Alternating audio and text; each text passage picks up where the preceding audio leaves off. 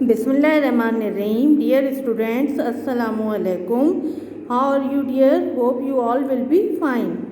अच्छा बच्चों, आप लोगों को आज मैं सेकंड असाइनमेंट के बारे में बताऊंगी। ये देखिए आपकी साइंस की बुक है। ये मैंने आप लोगों को पहले भी शो की थी, ये मैं दोबारा आपको दिखा रही हूँ। इसके फर्स्ट चैप्टर से ही हमारा सेकंड असाइनमेंट है और फर्स्ट चैप्टर जो है वो है आपका सेल्स, टिश्यूज, ऑर्गन्स, राइट। अच्छा, अब आप लोग अपनी बुक में पेज नंबर 2 ओपन कीजिए। उसके अंदर वहाँ पे आपका फर्स्ट चैप्टर स्टार्ट हो रहा है, सेल्स, टिश्यूज एंड ऑर्गन्स। ठीक है। अच्छा, मैं पहले भी आपको इसका ब्रीफ डिस्क्रिप्शन दे चुकी हूँ। अब मैं दोबारा आपको थोड़ा सा इसके बारे में एक्सप्लेन करूँगी। सबसे पहले हम सेल को डिफाइन करेंगे। What is cell? सेल क्या है? Cell is the structural and functional unit of life. यानी मैंने आपको पहले भी बताया था कि सेल जो है वो first build of living organism है। यानी जब कोई लिविंग ऑर्गेनिज्म बनता है, चाहे वो एनिमल हो या प्लांट हो, तो उसमें सबसे पहले क्या चीज़ बनती है? सेल बनती है। अच्छा, अब आप बुक में पेज नंबर 3 पर आ जाइए।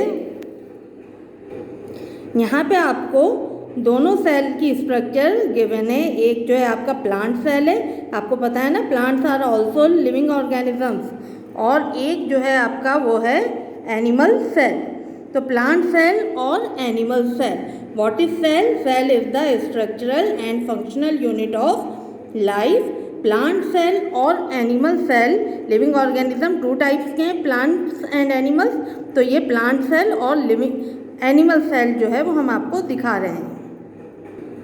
अच्छा, वैसे तो प्लांट सेल और एनिमल सेल में बहुत सारे डिफरेंस होते हैं, लेकिन यहाँ मैं आपको सिर्फ 3 डिफरेंस बताऊंगी।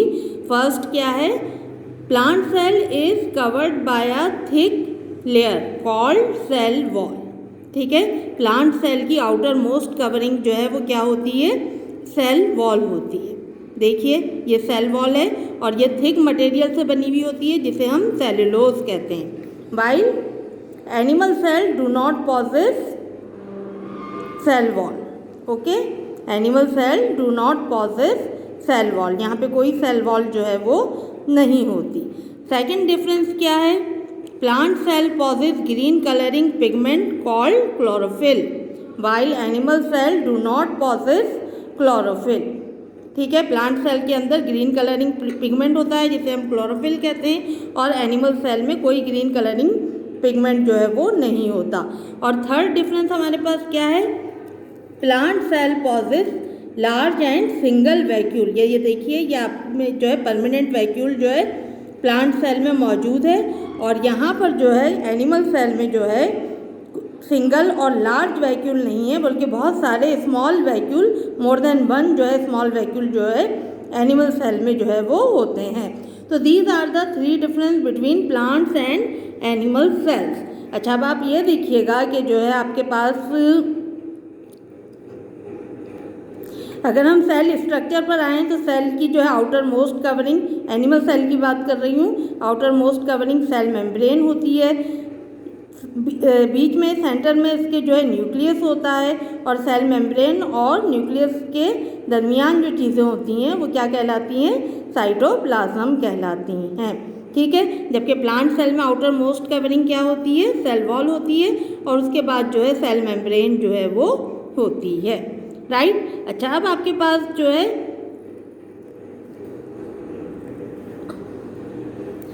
एक वर्ड है स्पेशलिस्ट प्लांट सेल। हम जो है स्पेशलिस्ट सेल के बारे में अब जो है वो बात करेंगे। What are specialist cell? क्या होते हैं स्पेशलिस्ट सेल? स्पेशलिस्ट सेल जो होते हैं वो प्लांट्स में भी होते हैं और एनिमल्स में भी होते हैं। अच्छा, बुक में आप पेज नंबर 4 पर देखिएगा। प्लांट के भी स्पेशलिस्ट सेल मौजूद हैं और एनिमल्स के भी जो है स्पेशलिस्ट सेल जो है वो मौजूद हैं। तो स्पेशलिस्ट सेल हम किसे कहते हैं? दो cell which perform a special function is called specialist cell. For example palisade cell, root hair cells, ये प्लांट्स के जो है स्पेशलिस्ट सेल है। क्या है इनके अंदर स्पेशल क्या चीज़ है? इनमें स्पेशल चीज़ ये है कि इसके अंदर जो पेलिसेट सेल होते हैं इसके अंदर जो है ग्रीन कलरिंग पिगमेंट यानी क्लोरोफिल जो है वो बहुत ज़्यादा होता है, और ये लीव्स के टॉप लेयर में जो है वो मौजूद होते हैं लीव्स में, क्योंकि लीव्स का फंक्शन क्या होता है, फूड प्रिपेयर करना। तो यहाँ पर जो है क्या होता है कि क्लोरोफिल की हेल्प से क्लोरोप्लास्ट जो होते हैं वो सनलाइट को एब्जॉर्ब करते हैं। क्लोरोप्लास्ट जो होते हैं उनका काम क्या है, क्लोरोप्लास्ट जो है वो क्या है, सेल्स हैं यहाँ पे, और जो है क्या है उसके अंदर जो पिगमेंट होती है उसे हम क्लोरोफिल कहते हैं। तो वो क्लोरोफिल जो होता है वो सनलाइट को ट्रैप करता है। आपको पता है फूड मेकिंग के लिए प्लांट को किसकी ज़रूरत होती है, सनलाइट की ज़रूरत होती है। और क्योंकि जो है सनलाइट को ट्रैप करने के लिए क्लोरोफिल चाहिए होता है, तो यहाँ पर जो है टॉप मोस्ट लेयर जो लीव्स की होती है उसके अंदर पेलिसेड सेल्स मौजूद होते हैं, जिसके अंदर बहुत ज़्यादा एक्स्ट्रा क्लोरोप्लास्ट जो है वो होता है। इसी तरीके से एनिमल सेल की एग्जांपल मैं आपको बता देती हूँ। ब्लड सेल्स है, ब्लड सेल्स के अंदर जो है क्या होता है, ब्लड जो होता है वो मूव अराउंड द बॉडी, हमारी बॉडी के अंदर मूव कर रहा होता है, और इसके अंदर रेड ब्लड सेल्स मौजूद होते हैं जिनका फंक्शन क्या होता है, ऑक्सीजन को एब्जॉर्ब करना। क्या फंक्शन होता है इनका, ऑक्सीजन को एब्जॉर्ब करना। तो ये जो है उसके लिहाज से जो है क्या हो जाते हैं, स्पेशलाइज हो जाते हैं, जिसके अंदर न्यूक्लियस नहीं होता, ये बाइकॉन्केव शेप में हो जाते हैं, और इनकी सरफेस जो होती है वो लार्ज हो जाती है ताकि ये आसानी से जो है ऑक्सीजन को एब्जॉर्ब कर सकें। तो ऐसे सेल जो कि स्पेशल फंक्शन परफॉर्म कर रहे हैं, जैसे नर्व सेल हैं, इनका काम क्या होता है, ट्रांसमिट नर्व इम्पल्स, या ये जो है क्या करते हैं, सिग्नल्स को, मैसेजेस को जो है वो ट्रांसमिट करते हैं। तो ये बहुत जो है क्या होते हैं, लॉन्ग होते हैं, और 1 मीटर तक ये जो है इनकी लेंथ जो होती है वो 1 मीटर तक भी जो है वो होती है।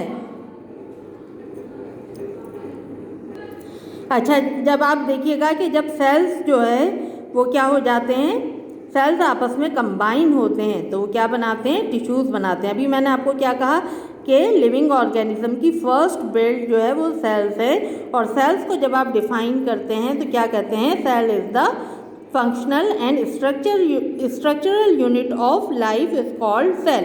उसके बाद सेल्स, सिमिलर सेल्स आपस में कंबाइन होते हैं, और कंबाइन होकर जो है वो क्या बनाते हैं,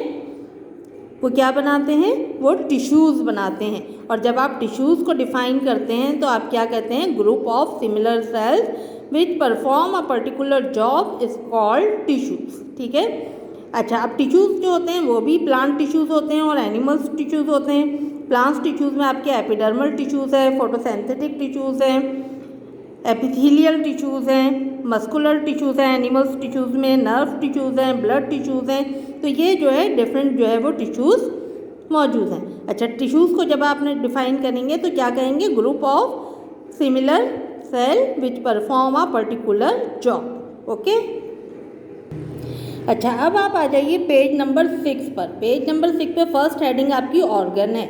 अच्छा, सबसे पहले जो है लिविंग ऑर्गेनिज्म जब बन रहा है तो उसके अंदर फर्स्ट बिल्ड जो है वो सेल्स हो रही है, उसके बाद टिश्यूज़ बन रहे हैं। अब उसके बाद जब टिश्यूज़ आपस में कंबाइन होंगे तो वो क्या बनाएंगे, वो ऑर्गन्स बनाएंगे। और जब आप ऑर्गन्स को डिफाइन करेंगे तो क्या कहेंगे, group of different tissues which all work together to do a particular job is called tissue। ठीक है। what are tissues, group of different what are organs, group of different tissues which all work together to do a particular job are called organs। ठीक है। बहुत सारे organs हैं हमारे पास। for example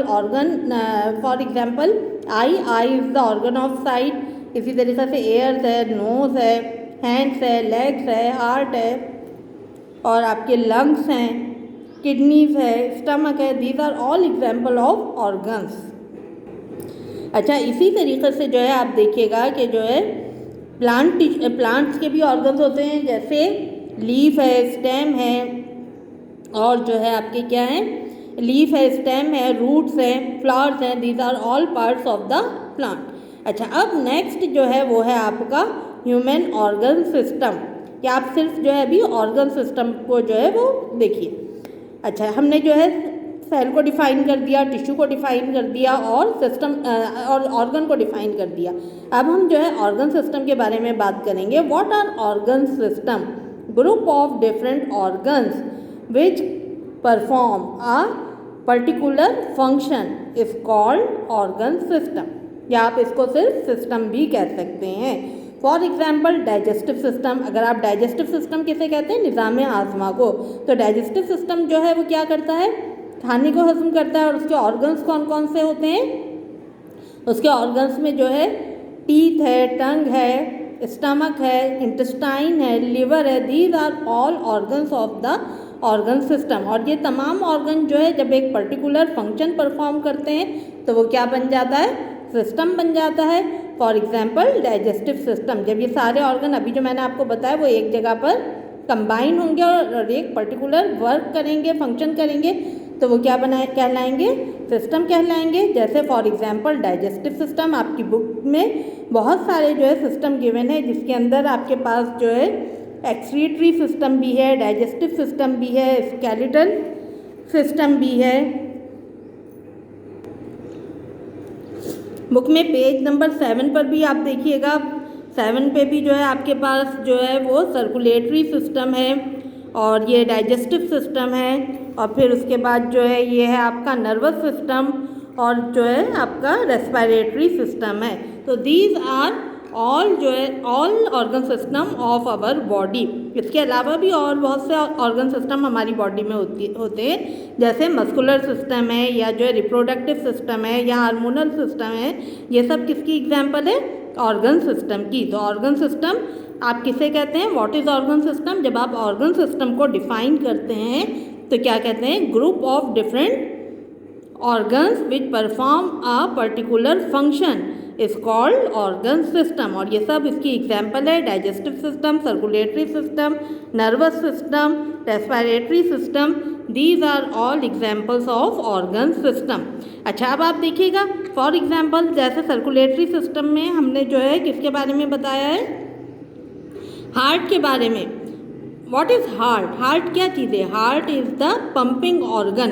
क्या है ये, पंपिंग ऑर्गन है, और ये किसको पंप करता है, ब्लड को पंप करता है। और ब्लड जो है जब हार्ट जो है वो पंप करता है तो ब्लड जो है वो हमारी बॉडी के अंदर मूव अराउंड होता है, पूरी बॉडी में मूव करता है। और आप ये देखिएगा कि जो है ये जिनके ज़रिए, जिन वेसल्स के ज़रिए मूव करता है उन्हें हम क्या कहते हैं, ब्लड वेसल्स कहते हैं। तो हमारा सर्कुलेटरी सिस्टम जो होता है वो किस पे कंसिस्ट होता है, हार्ट पे और ब्लड वेसल्स पे। ब्लड वेसल्स दो तरह की हैं यहाँ पर, एक आर्टरीज है और एक वेन्स हैं। आर्टरीज जो होती हैं वो ब्लड जो है वो हार्ट से लेकर पूरी बॉडी में ऑक्सीजनेटेड ब्लड यानी प्योर ब्लड लेकर जो है वो पूरी बॉडी में सर्कुलेट करती हैं, और वेन्स जो होती हैं वो डीऑक्सीजनेटेड ब्लड यानी इम्प्योर ब्लड लेकर जो है वो वापस कहाँ पर आती है, हार्ट में आती है। ओके, अच्छा, अब आप देखिएगा डाइजेस्टिव सिस्टम। डाइजेस्टिव सिस्टम के भी डिफरेंट ऑर्गन्स जो है वो आपको यहाँ पे नज़र आ रहे हैं, जिसके अंदर एसोफेगस है, लिवर है, स्टमक है, स्मॉल इंटेस्टाइन है, लार्ज इंटेस्टाइन है। अच्छा, फंक्शन जो है आपसे कौन सा पूछा गया है, स्टमक का। What is the function of stomach. अभी मैंने आपको पहले भी बताया था कि जो है हमने जो है डाइजेस्टिव सिस्टम का मतलब क्या है, निज़ाम हाजमा, मीनिंग इसके निज़ाम हाजमा के हैं। और इस सिस्टम के तहत हमारी फूड जो होती है वो बॉडी में डाइजेस्ट होती है। अच्छा, अब देखिए what is the function of stomach. Stomach के अंदर क्या काम होता है, फूड डाइजेस्ट होती है। और जैसे कि मैंने आप लोगों को बताया था कि जो है हमारी फूड को डाइजेस्ट होना बहुत ज़रूरी होता है। क्यों, क्योंकि जो है जब तक इसके लार्ज मॉलिक्यूल स्मॉल मॉलिक्यूल में चेंज नहीं होंगे तो वो ब्लड में एब्जॉर्ब नहीं होंगे, और हर चीज़ को ब्लड में एब्जॉर्ब होना बहुत ज़रूरी है। क्यों, क्योंकि जो है वो पूरी बॉडी तक पहुंच सके। हम खाना जो खाते हैं वो कहाँ पर जाता है, स्टमक में जाता है, लेकिन जो है उसे पूरी बॉडी में ज़रूरत होती है, तो वो जो है क्या है, डाइजेस्ट होता है। स्टमक के अंदर जो है वो प्रोटीन का डाइजेशन होता है। प्रोटीन क्या है, हमारा एक फूड मॉलिक्यूल है, और वो जो है सिंपल फॉर्म में चेंज होता है। और यहाँ से जो है आप समझ लीजिए कि जब स्टमक की वॉल्स जो होती हैं वो जो है क्या होती हैं, मूव करती हैं या कॉन्ट्रैक्ट और रिलैक्स होती हैं, तो प्रोटीन्स जो होते हैं हमारी फूड में वो डाइजेस्ट होते हैं और सिंपल फॉर्म में चेंज होते हैं। तो हार्ट का फंक्शन क्या हो गया, हार्ट का फंक्शन ये हुआ कि it pumps blood around the body. और स्टमक का फंक्शन क्या हुआ, it digest food for example it digest protein और here the digestion of protein start and it can be converted into simple form amino acid which is the amino acid is the simple form of protein. अच्छा, जब ये protein amino acid में change हो जाती है तो blood stream के अंदर जो है वो आसानी के साथ जो है क्या हो जाती है, एब्जॉर्ब हो जाती है। ठीक है, तो ये जो है आपका स्टमक का फंक्शन है। इसी तरीके से जो ये आपका नर्वस सिस्टम है, ये लंग्स का रेस्पिरेटरी सिस्टम है। लंग्स का फंक्शन क्या होता है कि लंग्स जो होते हैं वो एक्सचेंज ऑफ गैसेस करते हैं, यानी इस सिस्टम के ज़रिए ऑक्सीजन जो होती है वो हमारे बॉडी में एंटर होती है। आपको पता है ना, ऑक्सीजन की हम सबको ज़रूरत है। ऑक्सीजन जो है वो हमारी बॉडी में एंटर होती है और कार्बन डाइऑक्साइड जो होती है वो बॉडी से जो होती है वो रिमूव होती है। ठीक है, और नर्वस सिस्टम जो कि मैसेजेस को या सिग्नल्स को जो है क्या करता है, सिग्नल्स को ट्रांसमिट करता है। और ब्रेन, और आपको पता है ब्रेन हमारा जो कंट्रोलिंग सेंटर है, और ब्रेन और ये नर्वस सिस्टम जो होता है ये इसके ऑर्गन ब्रेन, स्पाइनल कॉर्ड और नर्व्स हैं, और ये पूरी बॉडी की जो है सिस्टम को या पूरी बॉडी के फंक्शन को जो है नर्वस सिस्टम जो होता है वो कंट्रोल करता है। जिस तरीके से सर्कुलेटरी सिस्टम में ब्लड वेसल्स यानी आर्टरीज और वेन्स का नेटवर्क होता है, उसी तरीके से नर्वस सिस्टम में नर्व्स का जो है पूरा नेटवर्क होता है जो कि पूरी बॉडी में फैला हुआ होता है, और इसके ज़रिए जो है नर्व सिग्नल मैसेजेस या सिग्नल्स जो होते हैं वो बॉडी में जो है वो ट्रांसमिट होते हैं।